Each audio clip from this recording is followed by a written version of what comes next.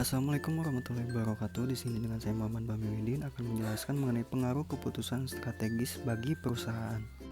Keputusan menurut Profesor Dr. Prajudi Atmosudirjo SH, keputusan yaitu suatu pengakhiran daripada proses pemikiran tentang suatu masalah atau problema untuk menjawab pertanyaan apa yang harus diperbuat guna untuk mengatasi masalah tersebut dengan menjatuhkan pilihan pada suatu alternatif. Keputusan strategis merupakan keputusan yang berkaitan dengan seluruh lingkungan, yang mana perusahaan beroperasi, seluruh sumber daya, dan orang-orang yang membentuk perusahaan dan antarmuka antara keduanya. Dasar pengambilan keputusan menurut George R. Terry dan mengemukakan dasar pengambilan keputusan dalam pengambilan keputusan yang bisa digunakan, yaitu yang pertama adalah intuisi.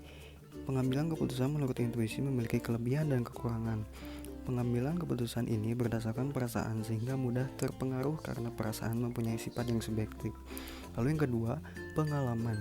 Pengambilan keputusan berdasarkan pengalaman memiliki banyak keuntungan, karena itu orang-orang yang mempunyai lebih banyak pengalaman biasanya akan lebih bijak dalam mengambil keputusan. Pengalaman memiliki manfaat, yaitu dengan adanya pengalaman akan dapat memperkirakan keadaan yang terjadi ke depan, serta memperkirakan untung rugi dalam keputusan yang dihasilkan. Lalu yang ketiga, fakta. Pengambilan keputusan berdasarkan fakta dapat memberikan keputusan yang meyakinkan karena keputusan itu bersifat nyata dan tidak dibuat-buat. Dengan fakta akan menghasilkan keputusan yang baik dan sehat, sehingga orang akan menerima keputusan itu dengan lapang dada. Wewenang. Sama halnya dengan dasar pengambilan keputusan yang lain, wewenang juga mempunyai keuntungan dan kerugian. Biasanya pengambilan keputusan ini dilakukan oleh atasan kepada bawahan. Lalu yang kelima, logika atau rasional. Pengambilan keputusan berdasarkan logika dan berdasarkan rasional menghasilkan keputusan yang bersifat objektif, logis, sehingga keputusan yang diambil bisa mendekati kebenaran dan mendapatkan keputusan yang sesuai dengan yang diharapkan.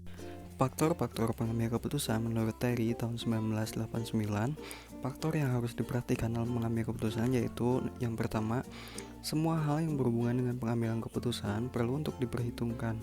Lalu yang kedua, keputusan yang diambil dijadikan bahan agar dapat mencari tujuan organisasi. Lalu yang ketiga, keputusan yang diambil bukan berorientasi pada kepentingan pribadi, melainkan kepentingan orang lain dan kelompok.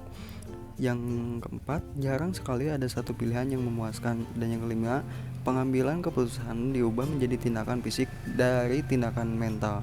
Dan yang keenam, membutuhkan waktu yang lama agar mendapatkan keputusan yang efektif. Yang ketujuh, jika menginginkan keputusannya yang baik, sangat butuh dan sangat perlu untuk melakukan pengambilan keputusan yang praktis. Lalu yang kedelapan, setiap keputusan yang didapatkan seharusnya dapat dikembangkan sehingga kita tahu apakah keputusan yang kita ambil sudah benar ataupun salah. Lalu yang terakhir, setiap pendapat keputusan merupakan tindakan permulaan dari kegiatan selanjutnya.